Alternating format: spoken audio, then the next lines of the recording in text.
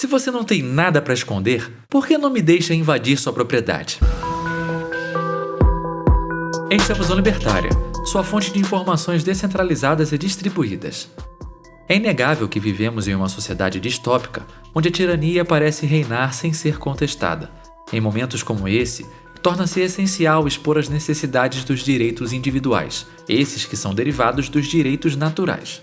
Nesse breve ensaio, buscarei empreender uma análise argumentativa acerca do termo "quem não deve, não teme", e no decorrer do artigo, entrarei em defesa do direito da presunção de inocência. O Brasil, desde seus primórdios, é um país controverso, tendo passado por diversos tipos de governo que vão desde ditaduras até a democracia, que no caso também é ditadura. Com o surgimento da democracia no Brasil, uma prática se tornou bastante popular no meio político: o voto de cabresto.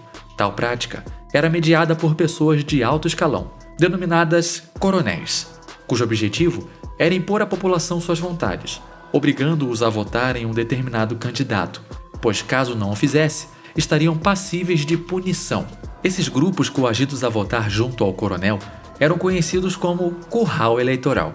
Os grupos que se recusassem a participar do curral eram perseguidos e sofriam diversas ameaças, sendo até imputados crimes falsos para servirem de exemplos aos demais. Mesmo não tendo cometido crime algum, essas pessoas acabavam sofrendo punições, um caso claríssimo de injustiça. Tal atitude não era exclusividade do Brasil, mas sim do Estado. A presunção de inocência surge na França no século XVIII, através da Declaração dos Direitos do Homem e do Cidadão, como uma resposta do povo às atrocidades cometidas pelo Estado. Em que consiste a presunção de inocência? Ela se trata de um princípio jurídico que visa tratar todo o indivíduo como inocente até que se prove o contrário. Ou seja, alguém só pode ter um crime imputado se for comprovado o estado de culpa do indivíduo acusado. O termo "quem não deve, não teme" é comumente usado em um contexto em que um indivíduo A deseja que o indivíduo B faça determinada coisa.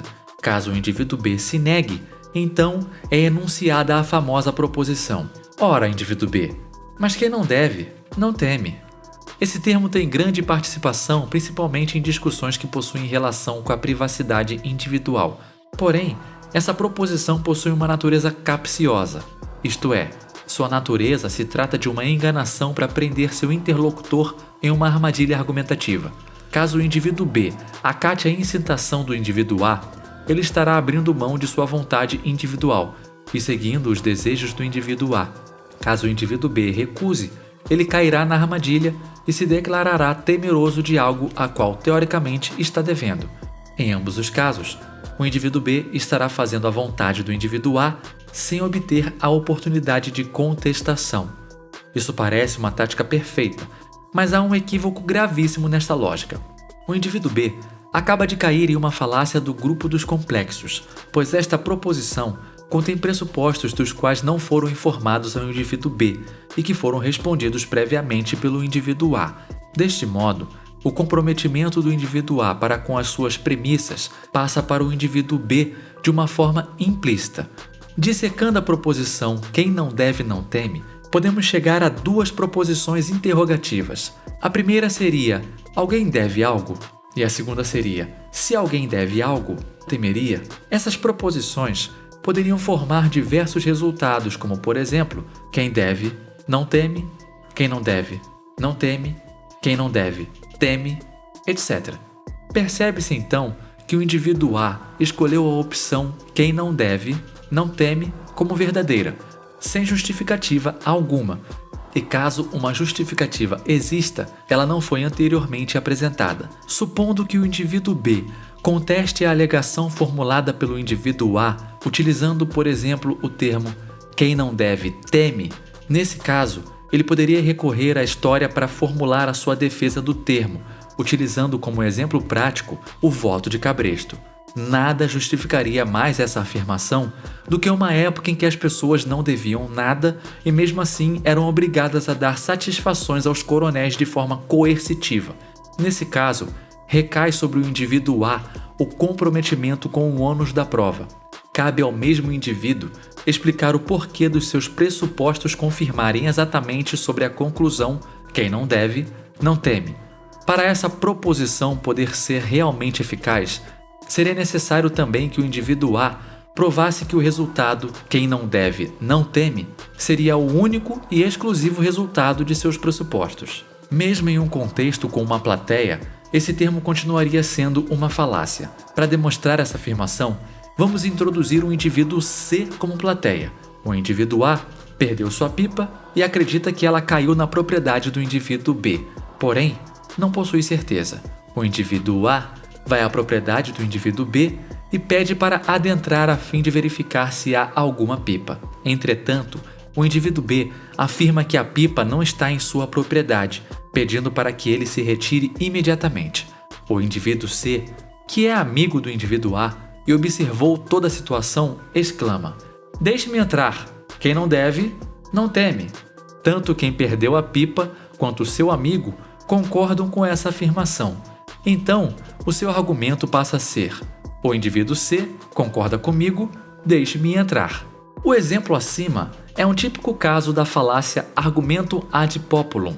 Tal falácia busca se afastar do racional e buscar sua legitimidade na aprovação de terceiros. Mesmo que outras pessoas concordem com o termo "quem não deve, não teme", isso não confirma a sua legitimidade e nem permite que alguém viole a privacidade alheia.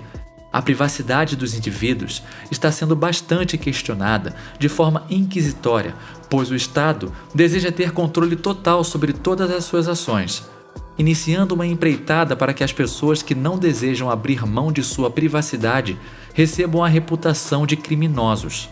Como analisamos anteriormente, o indivíduo defender sua privacidade não é um resultado determinante para que ele seja um criminoso. Existem diversos motivos para que uma pessoa defenda sua privacidade, como, por exemplo, o desenvolvimento de uma pesquisa sigilosa por parte do indivíduo, a preparação de uma surpresa para um parente ou amigo, ou até mesmo porque o indivíduo simplesmente gosta da privacidade. Não querer abrir mão da sua privacidade não te torna um criminoso. Não se deve tratar o indivíduo como culpado sem que tenha a prova cabal para lhe atribuir essas características, e esse é um dos princípios da presunção de inocência. Medidas jurídicas como habeas corpus foram uma vitória do indivíduo sobre o sistema, e justamente por causa delas, temos que lembrar o motivo de sua existência. Os indivíduos devem buscar tratamento justo. Para finalizar, gostaria de parafrasear Lysander Spooner, um dos mais notórios abolicionistas americanos e justnaturalista convicto. Abre aspas. "Se a justiça não for um princípio natural, não é princípio algum. Se não for um princípio natural, não existe justiça alguma. Se não for um princípio natural, tudo que os homens já escreveram ou disseram sobre ela, desde tempos imemoriais, foi dito e escrito sobre algo que não tinha existência. Se não for um princípio natural, todos os apelos por justiça que já foram ouvidos e todas as lutas por justiça que já foram testemunhadas foram apelos e lutas por uma mera fantasia, um capricho da imaginação e não pela realidade." Obrigado por sua audiência. Esse artigo foi sugerido e escrito por Moonlight, revisado por Paulo Almeida e narrado por Rafael Dufra. Se você gostou desse vídeo, clique no ícone de curtir abaixo e compartilhe o vídeo em sua rede social. Se você deseja ser notificado de outros vídeos, clique em se inscrever e depois no ícone de campainha. Um abraço e até a próxima.